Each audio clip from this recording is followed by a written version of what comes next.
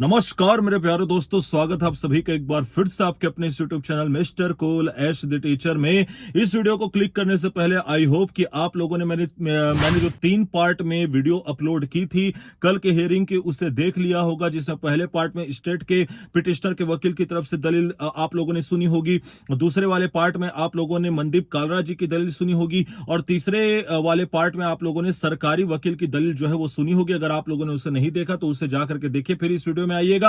आप लोग की तरफ से लगातार डिमांड आ रही थी कि सर इसका सारांश हमको बता दीजिए, इसको समझा दीजिए कि आखिरकार सुनवाई में हुआ क्या है और अब हम आगे क्या उम्मीद रख सकते हैं। तो इसी चीज को लेकर के आपका अपना mister cool as the teacher उपस्थित हो चुका है। चैनल पर अगर नया है तो चैनल को सब्सक्राइब करके बेल आइकन जरूर दबा दीजिएगा, क्योंकि शिक्षा जगत से जुड़ी हुई सारी छोटी से छोटी बड़ी से बड़ी जानकारी और तैयारी के लिए आप केवल एक ही चैनल पर भरोसा कर सकते हैं, वो है आपका अपना mister cool as the teacher. तो चलिए दोस्तों सीधा शुरू करते हैं, मुद्दे के ऊपर बात करते हैं। और इसके अलावा एक और सुनवाई भी आज होने वाली है, तो उसकी भी लाइव हियरिंग आपको इसी चैनल के माध्यम से पता चलेगी। इससे चैनल को सब्सक्राइब करके बेल आइकन दबा दीजिएगा।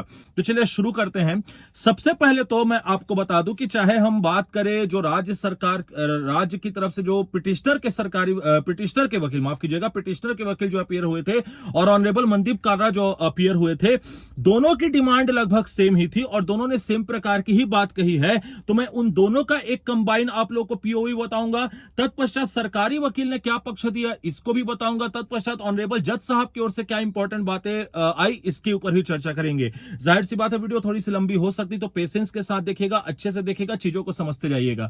सबसे पहले तो मैं आपको बता दूं दोस्तों कि यहां पर जो पिटिशनर है अर्थात मनदीप कालरा जी और पिटिशनर की तरफ से जो वकील अपीयर हुए थे, उनकी तरफ से डिमांड की जा रही थी आर्बिट्री की। अब ये आर्बिट्री क्या होता है दोस्तों, तो मैं आपको बता दूं कि आर्बिट्री की परिभाषा अगर आप देखेंगे लॉ में, तो इसमें यह बोला जाता है कि इसकी डिमांड कोई भी लॉयर तब करता है या आर्बिट्री एक्शन की मांग तब करता है जब उसमें लैक्स फेयरनेस, रीजन और जस्टिफिकेशन होता है। मतलब अगर विपरीत पक्ष के द्वारा या विरोधी पक्ष के द्वारा कोई ऐसा डिसीजन लिया गया जिसमें फेयरनेस की कमी है, रीजन की कमी है, जस्टिफिकेशन की कमी है, तब आर्बिट्री की डिमांड की जाती है।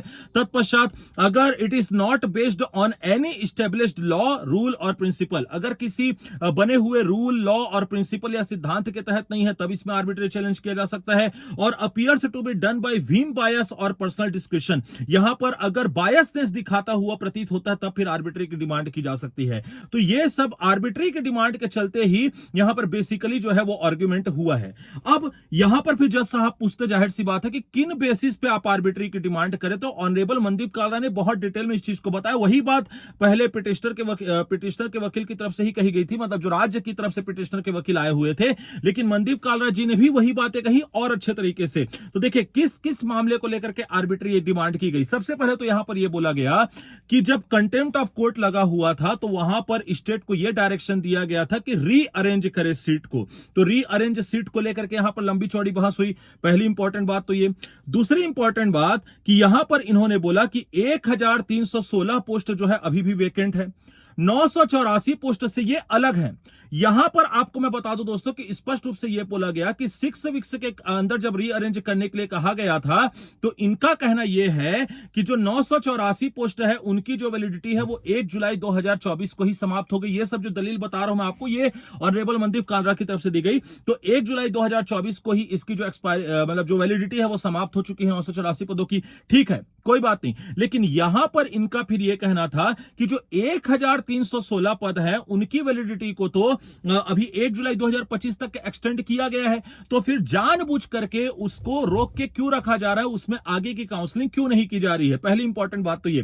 फिर यहां पर ये बोलते दूसरा पॉइंट कि इनकी तरफ से खुद ही 1 साल के लिए एक्सटेंड किया गया है वैलिडिटी को 1 जुलाई 2025 तक के लिए। और हां, हम ये बात मानते हैं कि 2621 पदों के लिए किया जा रहा है, लेकिन क्या 2621 पदों को पूरा किया गया?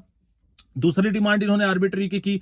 तीसरी इंपॉर्टेंट बात इन्होंने कही कि 5th फेज से नीचे रैंक वालों के लिए इन्होंने कट ऑफ की बात यहां पर की जा रही है।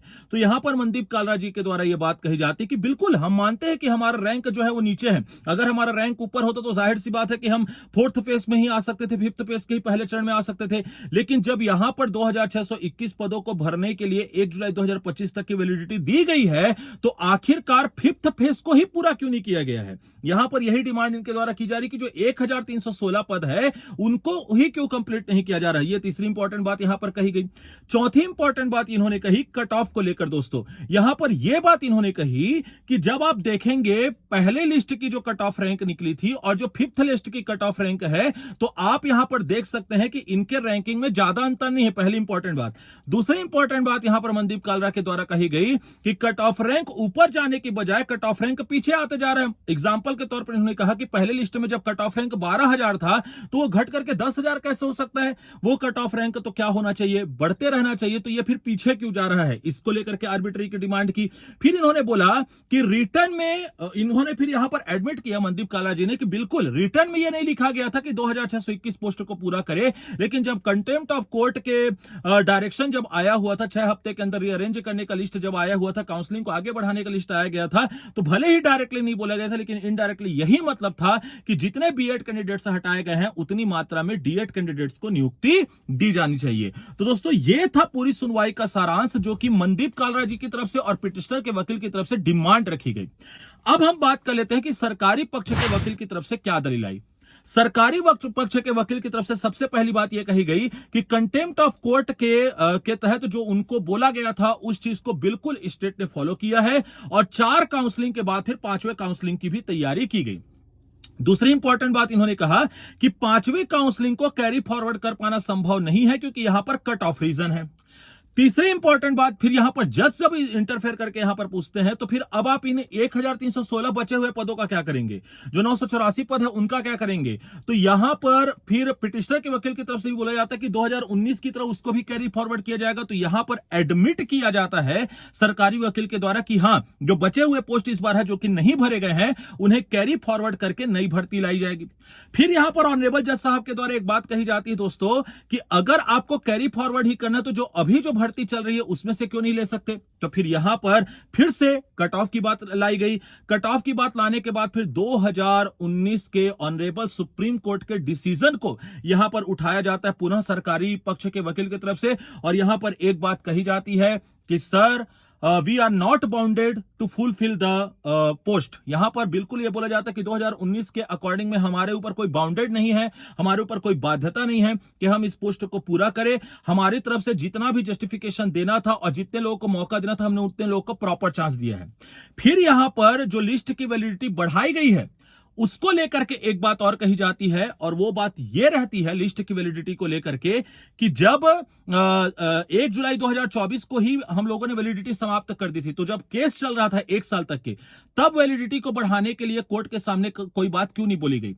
और जब यहां पर इनको लग रहा है कि इनका प्रोसेस इनके अकॉर्डिंग नहीं जा रहा है तब फिर वैलिडिटी को लेकर के इनको चिंता हो रही है और 1 जुलाई 2025 का जो डेट है वो भी कम लग रहा है, जबकि ऑलरेडी 1 जुलाई 2024 को हमने 1 जुलाई 2025 तक के एक्सटेंड कर दिया था।